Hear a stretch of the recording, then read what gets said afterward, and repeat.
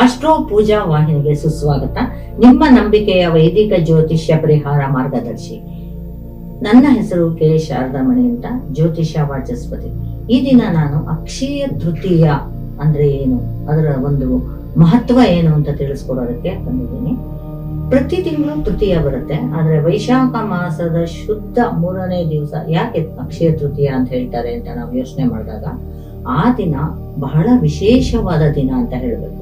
ಏನಂದ್ರೆ, ಮೊದಲನೇದಾಗಿ ಹೇಳ್ಬೇಕಂದ್ರೆ ಸಮುದ್ರ ಮಥನ, ಸಾಗರ ಮಥನ ಮಾಡಿದಾಗ ದೇವತೆಗಳು ಮತ್ತೆ ರಾಕ್ಷಸರು ಅಮೃತಕ್ಕೋಸ್ಕರ ಸಾಗರ ಮಥನ ಮಾಡ್ತಾರೆ.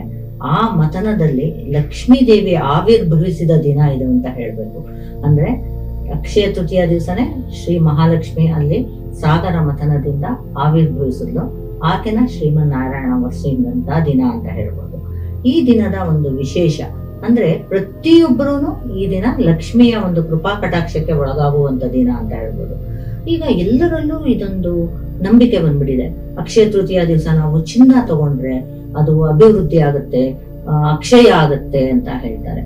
ಆಕ್ಚುಲಾಗಿ ಅಕ್ಷಯ ಅನ್ನೋ ಹೆಸರೇನೆ ಕ್ಷಯವಾಗದೆ ಇರೋವಂಥದ್ದು ಅಂತ, ಅಂದ್ರೆ ನಶಿಸಿ ಹೋಗದೆ ಇರೋವಂಥದ್ದು ಅಂತ ಎಲ್ಲರಲ್ಲೂ ಒಂದು ನಂಬಿಕೆ. ನಾವು ಚಿನ್ನ ತಗೊಂಡಾಗ ಅದು ನಶಿಸಲ್ಲ, ನಮಗೆ ವೃದ್ಧಿ ಆಗ್ತಾ ಹೋಗುತ್ತೆ ಪ್ರತಿ ವರ್ಷ ಅಂತ. ಹಾಗಾದ್ರೆ ಬಡವರು ಏನ್ ಮಾಡ್ಬೇಕು? ಅವ್ರಿಗೆ ಚಿನ್ನ ತಗೊಳ್ಳೋ ಶಕ್ತಿ ಇರಲ್ಲ ಅಲ್ವಾ? ಆಗ ಯೋಚನೆ ಮಾಡಿದಾಗ ನಾವು ಇದ್ರ ಬಗ್ಗೆ ಒಂದು ಸಣ್ಣ ವಿಶೇಷ ತಿಳಿಸ್ತೀನಿ ನಾನು. ಏನಂದ್ರೆ, ಕೆಲವರು ಹಳೆ ಕಾಲದಲ್ಲಿ ತುಂಬಾ ವಯಸ್ಸಾದವ್ರು ಏನಂತ ಹೇಳೋರು ಅಂದ್ರೆ, ಅರಿಶಿನ ಕುಂಕುಮ ಮನೆಯಲ್ಲಿ ಖಾಲಿಯಾಗಿದ್ದಾಗ ಮಕ್ಕಳಿಗೆ ಅರಿಶಿನ ಕುಂಕುಮ ತಗೊಂಬನ್ನಿ ಅಂತ ಹೇಳುವಾಗ, ಅರಿಶಿನ ಕುಂಕುಮ ಹೆಚ್ಚಿದೆ ತಗೊಂಬನ್ನಿ ಅಂತ ಹೇಳೋರು. ಅಂದ್ರೆ ಅದು ಯಾವತ್ತೂ ಕ್ಷಯಿಸಲ್ಲ. ಅರಿಶಿಣನ ನಾವು ಚಿನ್ನಕ್ಕೆ ಹೋಲಿಸ್ತೀವಿ. ಸೊ ಅರಿಶಿನ ಕುಂಕುಮ ಮನೆಯಲ್ಲಿ ತುಂಬಿದ್ರೆ ಅಕ್ಷಯ ಆಗುತ್ತೆ ಅಂತ ಕೂಡ ಹೇಳ್ತಾರೆ. ಅಂದ್ರೆ ಚಿನ್ನಕ್ಕೆ ಸಮಾನವಾದದ್ದು ನಾವು ಅರಿಶಿನ ಕುಂಕುಮನ ನಾವು ಕಂಪೇರ್ ಮಾಡ್ತೀವಿ. ಅರಿಶಿನ ಅಂತ ತಗೊಂಡಾಗ ಅದು ಹಳದಿ ದ್ರವ ವಸ್ತು, ಹಳದಿ ವಸ್ತು ಅಂತ ಹೇಳ್ತೀವಿ. ಹೀಗಾಗಿ ಅರಿಶಿನ ಅಂತ ತಗೊಂಡಾಗ ನಾವು ಆ ದಿನ ಒಂದು ಅರಿಶಿನ ತಗೊಂಡ್ಬಂದು ಮನೇಲಿ ಇಟ್ರು ಕೂಡ ಅದು ವೃದ್ಧಿ ಆಗುತ್ತೆ, ಅಂದ್ರೆ ಅಭಿವೃದ್ಧಿ ಆಗುತ್ತೆ ಮನೆಯಲ್ಲಿ ಅಂತ ಹೇಳ್ಬೋದು. ಸೊ ನಾವು ಧನಲಕ್ಷ್ಮಿ ಪೂಜೆ ಅಂತ ಹೇಳ್ತೀವಿ. ಸೊ ಮನುಷ್ಯಂಗೆ ಬರೀ ಧನಲಕ್ಷ್ಮಿ ಸಾಕ?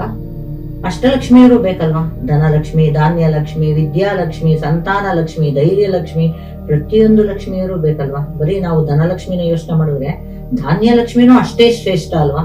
ನಮ್ಗೆ ಊಟ ಮಾಡಕ್ಕೆ ಏನ್ ಬೇಕು? ಅನ್ನ ಬೇಕು. ಅಂದ್ರೆ ಧಾನ್ಯಲಕ್ಷ್ಮಿನೂ ಅಷ್ಟೇ ನಮಗೆ ಮುಖ್ಯವಾದವರು ಅಂತ ನಾವು ತಿಳ್ಕೊಬೇಕು.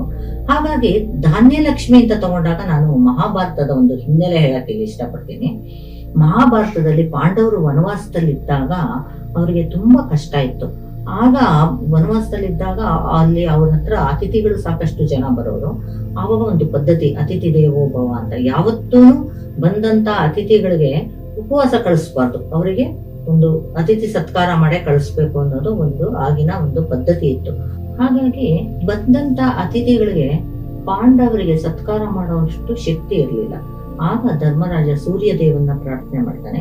ಆಗ ಸೂರ್ಯದೇವ ಅವರಿಗೆ ಒಂದು ಮಾಂತ್ರಿಕ ಪಾತ್ರೆ, ಅಂದ್ರೆ ಅಕ್ಷಯ ಪಾತ್ರೆನ ದಯಪಾಲಿಸ್ತಾನೆ.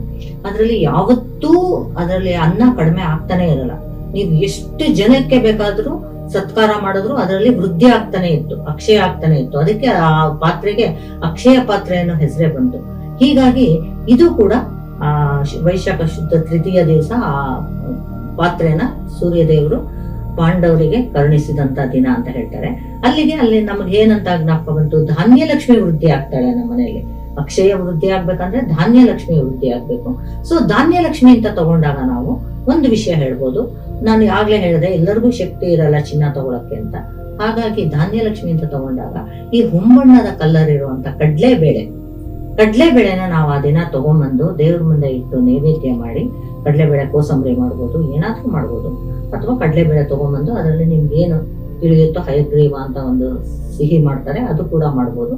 ಮಾಡಿ ನೈವೇದ್ಯ ಮಾಡಿ ನೀವು ಒಂದು 5 ಜನ ಮುತ್ತೈದೆಯರನ್ನ ಕರೆದು ಅರಿಶಿನ ಕುಂಕುಮ ಕೊಟ್ಟು, ಆ ಒಂದು ಸಿಹಿ ಆದ್ರ ಕೊಟ್ಟು, ಅಥವಾ ಕಡ್ಲೆಬೇಳೆ ಕೋಸಂಬರಿ ಕೊಟ್ಟರು ಪರವಾಗಿಲ್ಲ, ಕೊಟ್ಟು ಅವ್ರನ್ನ ಸತ್ಕರಿಸಿದಾಗ ನಿಮ್ಮ ಮನೆಯಲ್ಲಿ ಧಾನ್ಯಲಕ್ಷ್ಮಿ ವೃದ್ಧಿ ಆಗ್ತಾಳೆ. ನೋಡಿ, ಬರೀ ಧನಲಕ್ಷ್ಮಿ ಅಂತ ಯೋಚನೆ ಮಾಡ್ಬೇಡಿ ಎಲ್ಲಾರು. ಅಕ್ಷಯ ತೃತೀಯ ದಿವಸ ಧಾನ್ಯಲಕ್ಷ್ಮಿ ಕೂಡ ಅಷ್ಟೇ ನಮ್ಗೆ ಮುಖ್ಯವಾದಂತ ಲಕ್ಷ್ಮಿ ಅಂತ ನಾ ಹೇಳಕ್ ಇಷ್ಟಪಡ್ತೀನಿ. ಇನ್ನು ಮುಂದೆ ಈ ಅಕ್ಷಯ ತೃತೀಯ ದಿವಸ ಕುಬೇರ ಮಹಾಲಕ್ಷ್ಮಿ ಪೂಜೆ ಮಾಡೋದಂತೆ.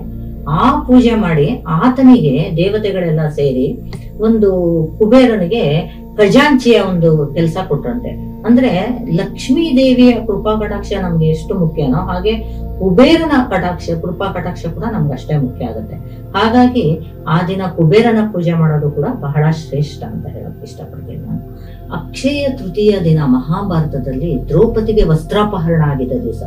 ಅಂದ್ರೆ ಆ ದಿನ ಶ್ರೀಕೃಷ್ಣ ಪರಮಾತ್ಮ ಆಕೆಗೆ ಕ್ಷಯವಾಗದೆ ಇರುವಂತ ವಸ್ತ್ರ ದಾನ ಮಾಡ್ದ, ಅಂದ್ರೆ ಅಕ್ಷಯವಾಗುವಂತ ವಸ್ತ್ರ ದಾನ ಮಾಡ್ದ. ಅಂದ್ರೆ ಆಕೆಗೆ ಯಾವುದೇ ರೀತಿ ಆ ವಸ್ತ್ರದ ಕೊರತೆ ಆಗ್ಲಿಲ್ಲ. ಸೊ ಇಲ್ಲಿ ನಾವು ಯೋಚನೆ ಮಾಡ್ಬೇಕಾದಾಗ ನಮ್ಗೆ ವಸ್ತ್ರನೂ ಅಷ್ಟೇ ಇಂಪಾರ್ಟೆಂಟ್ ಆಗುತ್ತಲ್ವಾ. ಹಾಗೆ ಅಕ್ಷಯ ತೃತೀಯ ದಿವಸ ವಸ್ತ್ರ ದಾನ ಮಾಡೋದು ಕೂಡ ಶ್ರೇಷ್ಠ ಅಂತ ಹೇಳ್ತಾರೆ. ಈ ಅಕ್ಷಯ ತೃತೀಯ ದಿವಸ ಬರೀ ನಾವು ಚಿನ್ನ ತಗೊಂಡ್ಬರೋದು ಅಂತ ಒಂದು ವಿಶೇಷ ಅಂತ ತಪ್ಪು ಕಲ್ಪನೆ ಇದೆ. ದಯವಿಟ್ಟು ಅಕ್ಷಯ ತೃತೀಯ ದಿವಸ ಎಲ್ಲರೂ ಕರೆಕ್ಟಾಗಿ ತಿಳ್ಕೊಳ್ಳಿ, ದಾನ ಮಾಡೋದು ತುಂಬಾ ಶ್ರೇಷ್ಠವಾದ ದಿನ ಅಂತ ಹೇಳ್ತಾರೆ. ದಾನಕ್ಕಿಂತ ಶ್ರೇಷ್ಠವಾದ ಒಂದು ಇದಿಲ್ಲ. ನಮ್ಮ ಕರ್ಮಗಳನ್ನ ಕರೆಯಕ್ಕೆ ದಾನ ಮಾಡೋದೇ ತುಂಬಾ ವಿಶೇಷ ಅಂತ ಹೇಳ್ತಾರೆ. ಈ ದಾನ ಮಾಡೋದ್ರಿಂದ ನಮ್ಗೆ ಸಾವಿನ ಭಯದಿಂದ ಹೊರಗಡೆ ಬರ್ತೀವಿ ನಾವು. ಯಾವ್ದು ದಾನ ಮಾಡ್ಬೇಕು, ಬಡಬಗ್ಗರಿಗೆ ನಾವು ಅನ್ನದಾನ ಮಾಡ್ಬೇಕು. ಅನ್ನದಾನ ಮಾಡಿದಾಗ ನಮ್ಗೆ ಅದ್ರ ಮನೆಯಲ್ಲಿ ಧಾನ್ಯ ಲಕ್ಷ್ಮಿ ವೃದ್ಧಿ ಆಗ್ತಾಳೆ. ವಸ್ತ್ರ ದಾನ ಮಾಡೋದ್ರಿಂದ ವಸ್ತ್ರ ವೃದ್ಧಿ ಆಗುತ್ತೆ ನಮ್ಮ ಮನೆಯಲ್ಲಿ.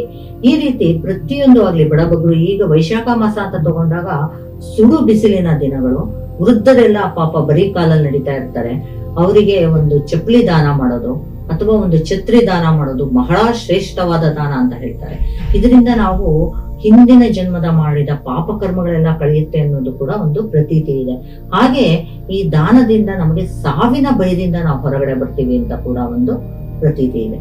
ಹಾಗೆ ಶ್ರೀ ಪಾರ್ವತಿ ದೇವಿ ತಾನು ಅನ್ನಪೂರ್ಣೆಯಾಗಿ ಗೋಚರಿಸಿದ ದಿನ ಅಂತ ಹೇಳ್ತಾರೆ ಇದನ್ನ. ಅಕ್ಷಯ ತೃತೀಯ ದಿವಸ ಪಾರ್ವತಿ ದೇವಿ ಅನ್ನಪೂರ್ಣೆಯಾಗಿ ಗೋಚರಿಸಿದ ದಿನ.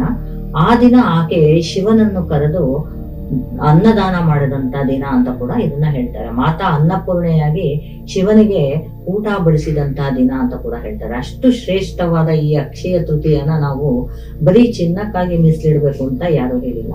ಅದು ಅವ್ರವ್ರ ಶಕ್ತಿಯಾನುಸಾರ ಚಿನ್ನವನ್ನು ಕೊಂಡ್ಕೋಬಹುದು. ನಾನಾಗ್ಲೇ ಹೇಳಿದೆ, ಹೊಂಬಣ್ಣ ಇರೋವಂತ ಕಡ್ಲೆಬೇಳೆ ತಗೊಂಡ್ಬಂದು ಮನೇಲಿ ದಾನ ಮಾಡ್ಬೋದು. ಆಮೇಲೆ ಈ ಮೊಸರನ್ನ ದಾನ ಮಾಡೋದು ಬಹಳ ಶ್ರೇಷ್ಠ ಅಂತ ಹೇಳಿದ್ದಾರೆ.